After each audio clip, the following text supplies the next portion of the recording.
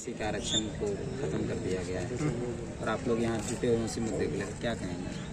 देखिए, ये जो ओबीसी का जो आरक्षण को कम कर दिया गया है वो लगातार कई मोर्चों ने इसको विरोध किया है, लेकिन हमारे पूर्ववर्ती के सरकार जो पूर्व में थे बीजेपी के सरकार, उससे पहले कांग्रेस की सरकार थी, फिर अभी कांग्रेस की सरकार है, लेकिन किसी ने, कोई दल ने ओबीसी का जो आरक्षण कम कर दिया गया है कोई उस पर कोई अमल नहीं किया।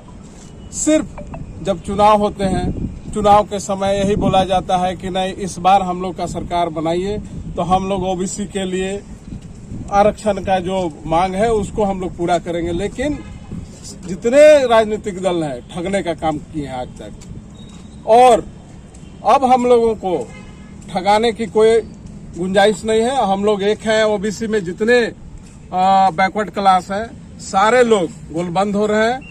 ये जो आरक्षण समाप्त कर दी गई है, जो कम कर दी गई है, उसके खिलाफ में। और ये आवाज हमारी, अभी जो सत्र चल रहा है लोकसभा का, उस सत्र में भी हम लोग वहां पर जाके जितने भी सांसद हैं यहाँ के और लोग जहाँ के हैं, जहाँ पर हम लोग को ओबीसी का आरक्षण हम लोग को दिया गया है, उसी के तर्ज पर हमारी सरकार, झारखंड की सरकार को हम लोग अवगत कराना चाहते हैं। और यहाँ जो अभी 26,000 बहाली जो निकला है टीचर का, उस पर भी देख रहे हैं कि प्रत्येक जिले में आरक्षण जो है वो ओबीसी को कम कर दिए हैं। तो जब तक आरक्षण हम लोगों को, ओबीसी को सही तरीके से प्रत्येक जिला में सिलसिलेवार ढंग से नहीं होता है, तब तक ये जो वैकेंसी है उसको रोकिए और सुधार करके जो भी वैकेंसी निकलेगा उसमें ओबीसी को आरक्षण देना चाहिए और उसमें सुधार करके यहाँ के जो ओबीसी हैं हमारे, देखिए गुमला, लोहरदगा, खूंटी, रांची, सिमडेगा, ये जो जिले हैं उसमें राजनीतिक अधिकार से भी ओबीसी वंचित है। और अभी ये देखिए, ये जो शैक्षणिक है, शैक्षणिक एरिया में भी हम लोग नहीं जा सकते हैं। राजनीतिक अधिकार को तो छोड़ दीजिए, वहां पर हम लोगों ने एकदम पंगु कर दिया गया है। और नौकरी में भी हम लोगों को पंगु कर देगा तो हमारे बच्चे कहाँ जाएंगे? हमारे भविष्य कहाँ है? हमारे भविष्य तो सिक्योर नहीं है। इसलिए मेरा निवेदन होगा ओबीसी के लोगों से कि जो भी लोग हैं बटे हुए हैं वो एकजुट हो जाएं और इसकी आवाज हमारे हेमंत जी को, जो अभी वर्तमान में मुख्यमंत्री हैं, उनको हम लोग एक ज्ञापन दें और ज्ञापन देकर उसमें सुधार करने की मांग करें। यही हमारा वक्तव्य है। परिचय दे दीजिए। मैं मदन कुमार, झारखंड तैलिक साहू सभा से हूँ, महासचिव। चुनाव लड़ती हैं, सरकार भी बन जाती है, तो उसके बाद 7 ऐसे जिले हैं जहां उनको 0% आरक्षण दिया गया है, तो उस पर क्या कहें? देखिए, इसमें कहा जाए क्या कहना कि जनता को ये लोग ठग रहा है। ठगने का मतलब है कि सब वोट आता है तो वोट के जब नजदीक होता है तो बोलता है कि हम ये सारा आरक्षण पूरा कर देंगे, आपको 27% भी दे देंगे, आरक्षण जो 5 जिला में शून्य किया उस भी बढ़ा देंगे। लेकिन ये सरकार तो पब्लिक को बुड़बक बनाने का काम कर रही है। आज 5 जिला पहले से हम ऑलरेडी शून्य है हमारे आरक्षण राजनीति भागीदारी में। आज के डेट में गुमला, सिमडेगा, खूंटी, रांची, लोहरदगा, ये 5 जिला पहले से भी ना वहाँ वार्ड लड़ सकता है, ना मुखिया लड़ सकता है, ना विधायक लड़ सकता है, ना सांसद लड़ सकता है। ऑलरेडी ये हम लोग का पूरा 5 जिला आखिरी मतलब गरीब क्षेत्र में माना गया है। अब ये लोग क्या किया कि 7 जिला को शून्य कर दिया और 2 जिला इसमें ऐड कर दिया। तो भाई, हमारा आबादी जितना ओबीसी का आबादी है झारखंड में, आज सबसे लार्जेस्ट आबादी मेरा ओबीसी का है। अगर हमारा ओबीसी का आबादी नापे तो हमको लगता है कितना है आबादी हो, 50+, 52% है।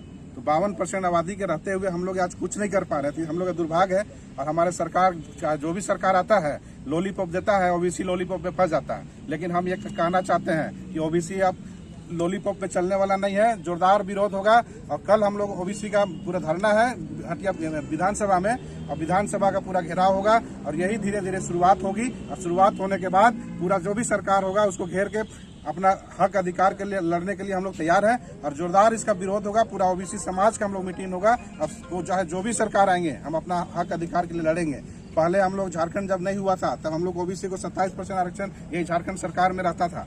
आज हमारा जैसे झारखंड अलग हुआ तुरंत हम लोग हटा के 14% कर दिया। ये कहाँ का इमरजेंसी हो गया भाई? आज हमारा जनरल लोग 10% आबादी नहीं है पूरा इंडिया में, पूरा 10% तुरंत लगा के दे दिया कि जो मेरा घर का रोटी है ले लो खा लो। तो ऐसे होता क्या? हम लोग 52% आबादी क्या करेंगे यहाँ? खाली अपना खेती बाड़ी करके जिंदा रहे कि कुछ हम लोग हक अधिकार चाहिए। हम लोग एक मांग करते हैं ओबीसी समाज से और सबको विनती करते हैं, सरकार से भी विनती करते हैं, चाहे जो भी सरकार हो अभी प्रेजेंट में जो सरकार है, हम लोग हक अधिकार हम लोग को देने का कार्य करें, अन्यथा हम लोग इस बार वोट जब आएगा तो ओबीसी समाज अपना ताकत दिखाएगा। ये हम लोग का वादा रहा। महेश महतो जो जिंदाबाद जिंदाबाद जिंदाबाद।